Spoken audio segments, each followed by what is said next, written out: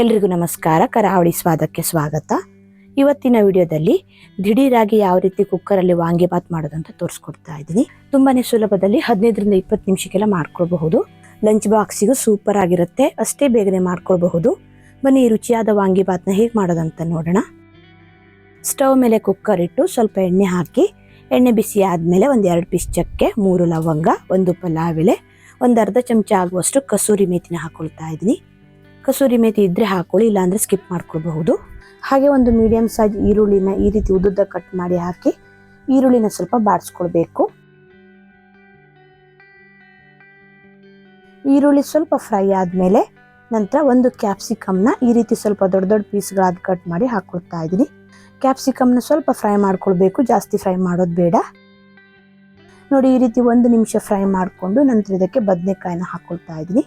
1 ರಿಂದ 2 ನಿಮಿಷ ಬದನೆಕಾಯಿನ ಸ್ವಲ್ಪ ಫ್ರೈ ಮಾಡ್ಕೊಳ್ಳಿ, ಜಾಸ್ತಿ ಫ್ರೈ ಮಾಡಿದ್ರೆ ಮೆತ್ತಗಾಗ್ಬಿಡುತ್ತೆ.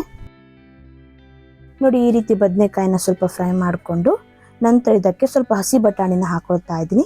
ಹಸಿ ಬಟಾಣಿ ಇದ್ರೆ ಹಾಕೊಳ್ಳಿ, ಇಲ್ಲ ಅಂತಂದ್ರೆ ಸ್ಕಿಪ್ ಮಾಡ್ಕೊಳ್ಬಹುದು. ಹಾಗೆ ಒಂದೇ ಒಂದು ಟೊಮೆಟೊನ ಚಿಕ್ಕದಾಗಿ ಕಟ್ ಮಾಡಿ ಸೇರಿಸ್ಕೊಳ್ತಾ ಇದ್ದೀನಿ. ಜೊತೆಗೆ ಚಿಕ್ಕದಾಗಿ ಕಟ್ ಮಾಡಿರೋ ಸ್ವಲ್ಪ ಪುದೀನ ಸೊಪ್ಪು ಹಾಗೆ ಸ್ವಲ್ಪ ಕೊತ್ತಂಬರಿ ಸೊಪ್ಪನ್ನ ಹಾಕೊಳ್ತಾ ಇದ್ದೀನಿ. ಸ್ವಲ್ಪ ಇಂಗಿನ ಪುಡಿ ಹಾಗೆ 1 ಅರ್ಧ ಚಮಚ ಆಗುವಷ್ಟು ಉಪ್ಪು ಹಾಕೊಂಡು ಸ್ವಲ್ಪ ಇದನ್ನ ಫ್ರೈ ಮಾಡ್ಕೊಳ್ತಾ ಇದ್ದೀನಿ. ಹಿಂಗಿಲ್ಲ ಅಂತ ಅಂದ್ರೆ ಸ್ಕಿಪ್ ಮಾಡ್ಕೊಳ್ಬಹುದು. ಹಾಗೆ ಹಸಿ ಬಟಾಣಿ ಬದಲು ಒಣ ಬಟಾಣಿನ ನೆನೆಸಿ ಕೂಡ ಹಾಕೊಳ್ಬಹುದು.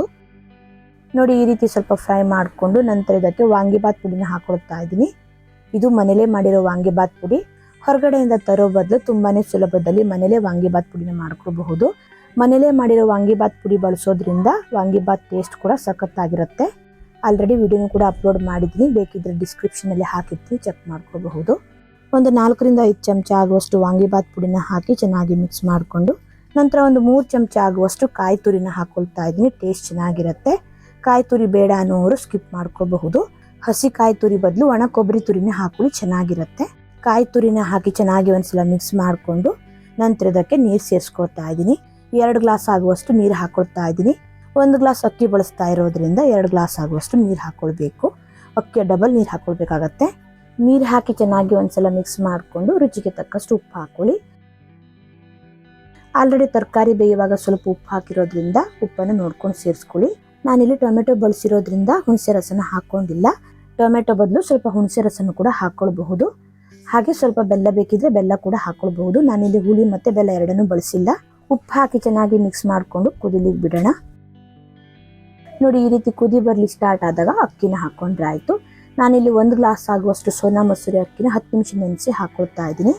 ಅಕ್ಕಿ ಹಾಕಿ ಚೆನ್ನಾಗಿ ಒಂದ್ಸಲ ಮಿಕ್ಸ್ ಮಾಡಿಕೊಂಡು ಉಪ್ಪು ಅಥವಾ ವಾಂಗಿಬಾತ್ ಪುಡಿ ಏನಾದರೂ ಕಡಿಮೆ ಇದ್ರೆ ಚೆಕ್ ಮಾಡ್ಕೊಂಡು ಇವಾಗಲೇ ಸೇರಿಸ್ಕೊಳ್ಳಿ.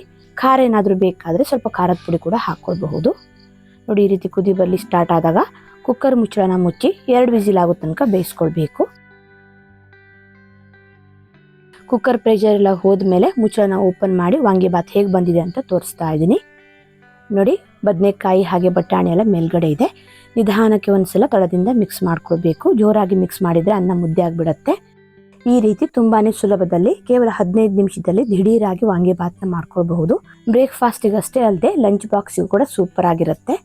ವಿಡಿಯೋ ಇಷ್ಟ ಆದರೆ ಲೈಕ್, ಶೇರ್, ಕಮೆಂಟ್ ಮಾಡೋದನ್ನು ಮರಿಬೇಡಿ. ಮತ್ತೆ ಸಿಗ್ತೀನಿ ಹೊಸ ವಿಡಿಯೋ ಒಂದಿಗೆ. ಧನ್ಯವಾದಗಳು.